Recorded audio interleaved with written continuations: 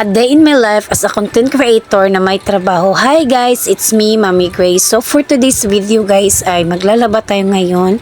So ngayon pala ay Friday, rest day ko ngayon. So laba day. Ang dami kong gagawin ngayong araw na to. Parang hindi na rin ako nag-rest day kasi sobrang dami ko talaga gawain.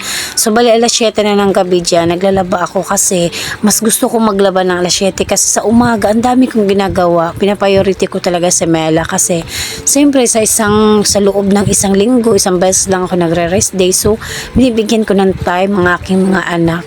Nung bandang alas 5, ayan, sinundo ko si Gerson sa school kasi yung panganay ko marunong siyang umuwi. So, yung pangalawa kong anak, hindi ko muna hinahayaan na umuwi mag-isa kasi ano pa lang yun, grade 2. So, kailangan pa talaga niyan sunduin. Actually, marunong siyang umuwi pero hindi ko siya hinahayaan kaya, ayan, sinusundo ko muna siya.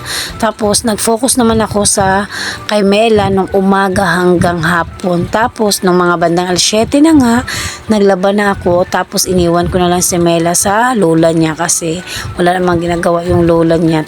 Kasi hindi naman siya naglalaba. Wala siyang labahin ngayon. So, ayan, binigyan din niya akong oras para maglaba. So, bali yung lalaban ko pala guys ay isang linggong labahin. Grabe, dami-dami kong labahin. So, konti lang naman talaga yung akin dyan kasi hindi naman ako magastos sa mga damit. Kasi inulit-ulit ko lang naman yung uniform ko. Tapos, ang pinakamadami talagang labahin dyan si Richard, yung asawa ko. Wala naman ako magagawa. Iasawa ko naman yun. Kaya ayan, nilalaban ko na lang. Balik sa mga oras na yan guys, nagbabanlaw na ako dyan. Tapos meron pa rin akong washing kasi nga isang linggo nga talaga yung aking nilalaban. Tuwing rest di lang ako naglalaba. So bali isang linggo din talagang labahin. Ayan. Dami-dami kong, bali yan pala yung pinakauna kong natapos sa pag-washing mga damit yan. Kasi hindi ako naghalo-halo ng mga labahin. Gusto ko damit lang. Tapos short lang. Tapos pantalon yan. Ganyan ako maglaba. Ayoko nang hinalo-halo. Kasi yung iba diba may short, may pantalon, may ganun. Ayoko nang ganun guys. Gusto ko ganun lang talaga.